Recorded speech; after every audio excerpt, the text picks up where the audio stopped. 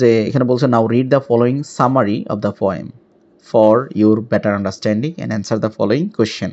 এখানে cross the বারের একটা সামারি দেওয়া আছে, হ্যাঁ, সামারিটা পড়ে তারপরে আমাদের কি করতে হবে, এখানে কিছু কোশ্চেন আছে, কোশ্চেনের অ্যান্সারগুলো করতে হবে। তো চলুন কোশ্চেনের অ্যান্সার আমরা কীভাবে করব।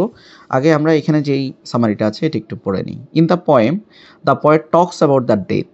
এই কবিতাতে ক্রস দ্য বার কবিতাতে কবি কি করছে, মানে ডেথের মানে মৃত্যুর কথা বলেছে, and the journey into the after life, এবং পরবর্তী মানে পরকালীন জীবন সম্পর্কে যে জার্নিটা সেটার কথা বলেছে।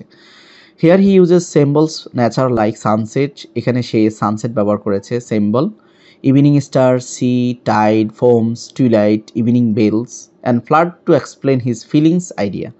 তিনি তার বিভিন্ন আইডিয়াগুলা এখানে জেনারেট করেছে এই বিভিন্ন সানসেট সিম্বল, তারপরে সি, টাইড, বোর্ড এই ওয়ার্ডগুলো ব্যবহার করে।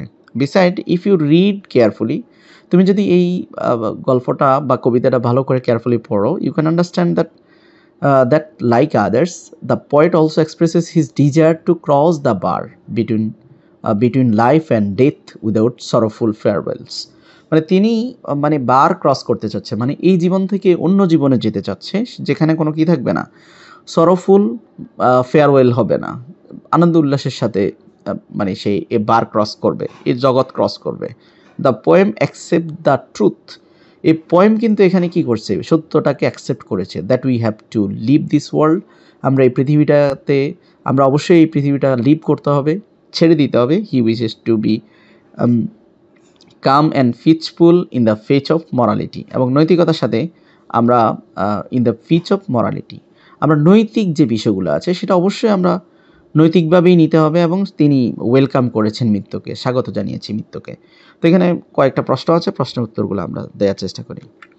প্রথম কোশ্চেন বলছে what is the poem about. তো পোয়েমটা এই আমরা প্রথম লাইনেই কিন্তু পেয়ে যাচ্ছি, কি নিয়ে বলছেন, talk about death and journey into after life. তো সো এখানে আমরা বলতে পারি the poem crossing the bar by Alfred Lord Tennyson is about অথবা is revolves around the acceptance of death as an inevitable part of life and hopes for the peaceful afterlife, I mean heaven afterlife. Okay. দ্বিতীয় question বলছে have you found any symbols in the poem. তো আমরা যখন এটা খুব carefully দেখলেই কিন্তু আমরা বুঝতে পারবো এখানে কিন্তু symbols from nature's, say nature থেকে যে সিম্বলগুলো ব্যবহার করেছে এখানে আমরা দেখতে পাচ্ছি। Yes, I have found some symbols in the poem crossing the bar. The poet used so many symbols like sunset, evening star, তারপরে clear call, sea, tide, foams, twilight, evening bells, the dark and the pilots. এই সিম্বলগুলো তিনি ব্যবহার করেছেন। He used this symbolism to denote the particular actions, word, mode, emotions in reference to another words. এই সিম্বলগুলো ব্যবহার করেছেন তিনি কি করার জন্য, একটি ওয়ার্ড দিয়ে অন্য ওয়ার্ডকে বুঝিয়েছেন মূলত।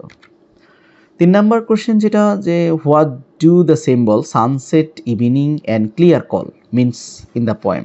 তো তিনি এই তিনটা সিম্বলিক ওয়ার্ড ব্যবহার করেছেন, এটা দ্বারা আসলে কী বোঝায়। The word sunset is the symbolic word which means the end of the day. আমরা নিশ্চয় জানি যে দিনে সকালে সূর্য ওঠে আবার সূর্য ডুবে যায় একটা সময়ের পরে, তো সেটাকে আমরা এন্ড অফ দ্য ডে বলে থাকি।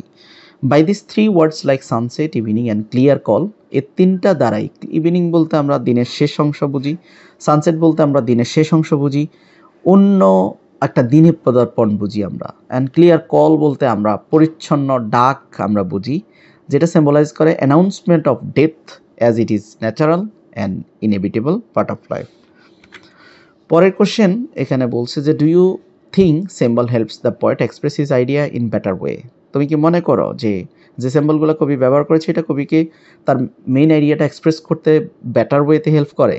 If yes explain with an example, যদি ইয়েস হয় তাহলে সেটা একটা এক্সাম্পলের সাথে এক্সপ্লেন করো। Yes, I think symbol helps the poet expresses his idea in better way. It also helps the author to communicate deeper more nuanced concept, adding additional layer of meaning to story without necessary having to explain it. For example, এখানে কবি একটা example দিয়েছেন, the crossing the bar by Tennyson, sunset and evening symbolizes the end of the life and approaches death.